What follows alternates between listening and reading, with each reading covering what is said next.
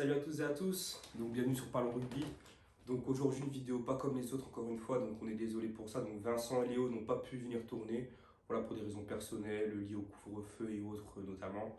Mais voilà, ça va pas nous empêcher aujourd'hui de parler donc du Tour à destination, de ce qui s'est passé le week-end dernier et donc de faire une review globale de tout ce qui s'est passé. Alors du coup un petit résumé des rencontres. Alors on a eu en premier lieu un Italie Pays de Galles qui s'est terminé en 7-48 pour le Pays de Galles. Donc voilà, on parlera du match un peu après. On a eu ensuite le crunch, donc 23-20 pour l'Angleterre. On en parlera, je pense, en dernier de ce match-là parce qu'il y a beaucoup de choses à dire. Et enfin, le dimanche après-midi, on a eu un petit Écosse-Irlande, donc un 24-27. Donc un bon match aussi, avec aussi pas mal d'enseignements. Donc le premier match. Donc alors, on a eu un premier match, on a eu donc le Pays de Galles contre l'Italie. Donc voilà, en Italie. Donc Vincent, Léo et moi, on s'attendait à ce que l'Italie il fasse un meilleur match que ce qu'ils avaient montré contre l'Angleterre, contre l'Irlande pardon, la semaine dernière. Mais c'est pas passé comme prévu. Donc voilà, donc on a eu une équipe d'Italie encore une fois trop sanctionnée.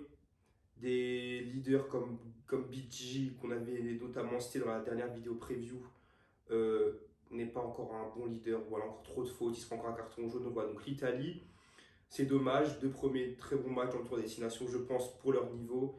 Et là, je pense que là, c'est fini. Donc, ils savent qu'ils ont perdu le tour. Je pense qu'il n'y aura aucune victoire pour eux. Donc, c'est dommage pour cette équipe. Mais bon, voilà, ça fait partie du rugby, ça fait partie de la chose, ça fait partie de l'enseignement.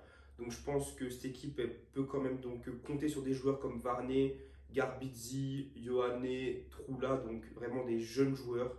Il va vraiment falloir qu'ils construisent sur ces jeunes joueurs. Et je pense que je continuerai à le dire tant qu'il n'y aura pas du coup une prise de conscience des leaders. Cette équipe italienne, on ne peut rien attendre d'elle parce qu'on ne peut pas attendre d'enfants, hein, c'est un gros mot, voilà, mais on ne peut pas attendre de jeunes joueurs comme Varney Carbizzi à construire une équipe, à gagner à eux deux ou avec des fois Troula ou Ioane qui font des gros matchs, mais on ne peut pas attendre d'une équipe que 4 joueurs gagnent un match. Donc ensuite, je vais parler du match qui a eu lieu donc, dimanche à 16h, donc Écosse-Irlande. Donc pourquoi on a décidé de ne pas parler de l'Angleterre-France maintenant parce on pensait que c'était mieux d'en parler après donc pour parler vraiment de la globalité parce qu'il y a beaucoup de choses à dire sur cette France-Angleterre.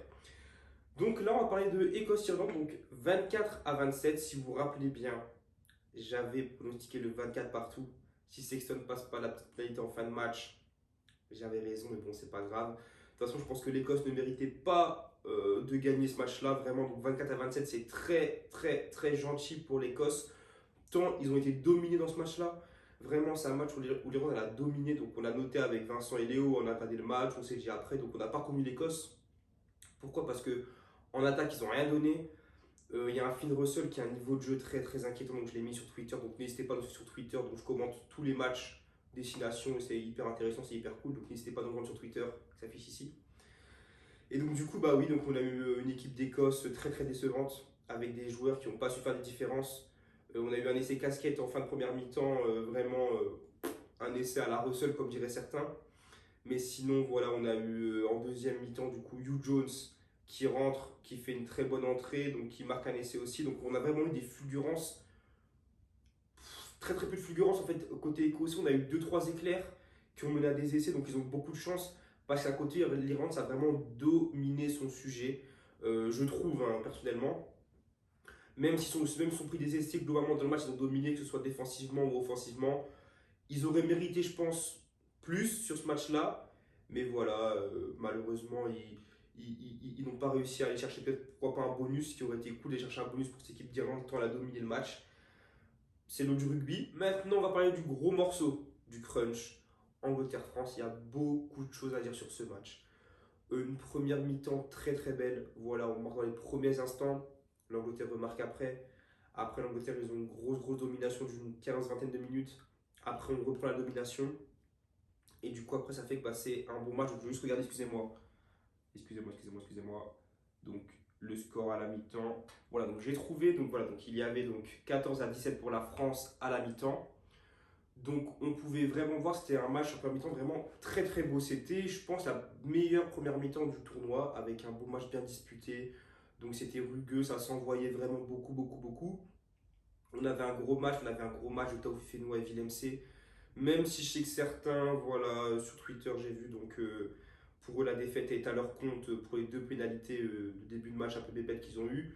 Mais je pense que voilà, au niveau défensif, surtout Taofifénois, il a fait plaisir. Vraiment, il a vraiment fait plaisir parce que bah, on était inquiet quand le roux est parti. Enfin, que le roux ne soit pas là, pardon. Mais Taofifénois, pour moi, et pour bah, Léo et Vincent aussi, hein, a su le remplacer à merveille, a su faire un très très gros match défensif. Donc, défensivement parlant, il a été là. Maintenant, la deuxième mi-temps de la France compliquée. Voilà, je pense qu'on perd ce match sur un deuxième mi-temps. Pourquoi? L'arbitrage, donc on va aborder plusieurs points. Donc l'arbitrage, d'accord, on sait que la France n'a jamais été avantagée dans l'arbitrage depuis que je regarde du rugby en tout cas. On sait que c'est toujours les équipes anglo-saxonnes qui sont un peu avantagées. On va pas polémiquer sur l'arbitrage plus que ça. Moi, je pense que oui, on peut avoir des regrets sur l'arbitrage, mais je pense que c'est se détourner du vrai problème qu'a eu la France sur ce match-là, et c'est le coaching. Voilà, donc n'hésitez pas à me dire en commentaire ce que vous en avez pensé. Donc, pour vous, ça aurait été vraiment quoi le facteur principal de ce match-là? Mais pour moi, et on en a parlé avec Vincent et Léo, donc pour eux aussi, ça a vraiment été Fabien Galtier, son coaching.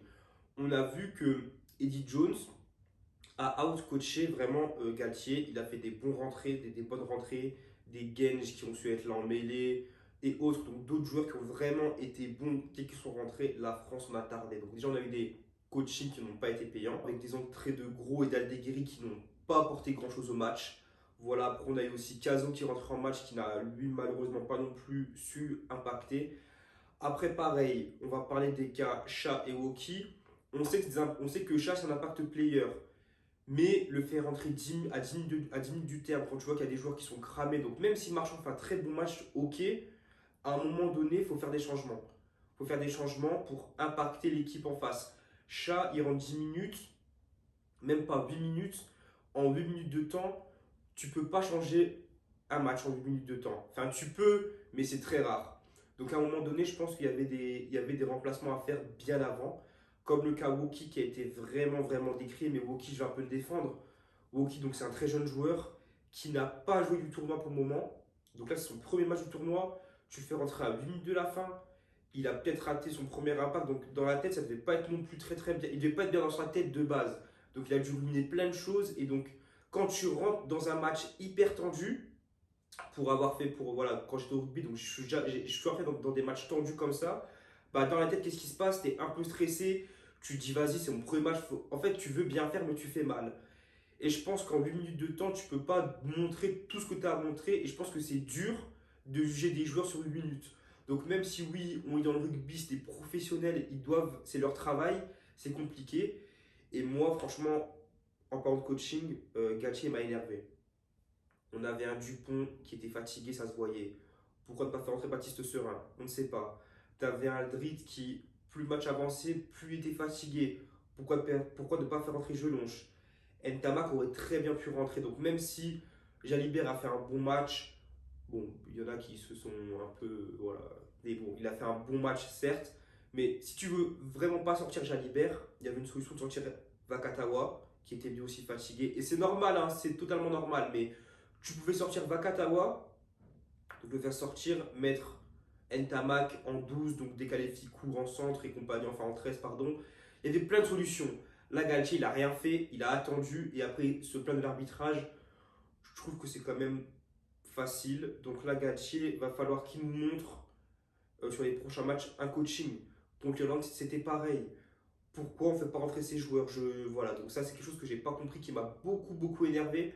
Donc à chaud, c'est vrai qu'il était énervé contre l'arbitrage, mais je pense qu'après avoir revu le match, Galtier, je pense que c'est à cause de. Enfin, si, je pense que Galtier, c'est le facteur principal de pourquoi on perd ce match-là. Donc voilà, donc ce match il est passé. Voilà, maintenant il faut passer à autre chose. La France elle a encore 2 matchs pour gagner le tournoi. Donc ces 2 matchs, on va les gagner avec bonus. Donc on en parlera dans les prochaines vidéos. Mais là voilà, donc l'Angleterre a gagné, l'Angleterre est contente d'elle, l'Angleterre célèbre comme si elle avait gagné contre les All Blacks. Donc ça c'est beau pour la France.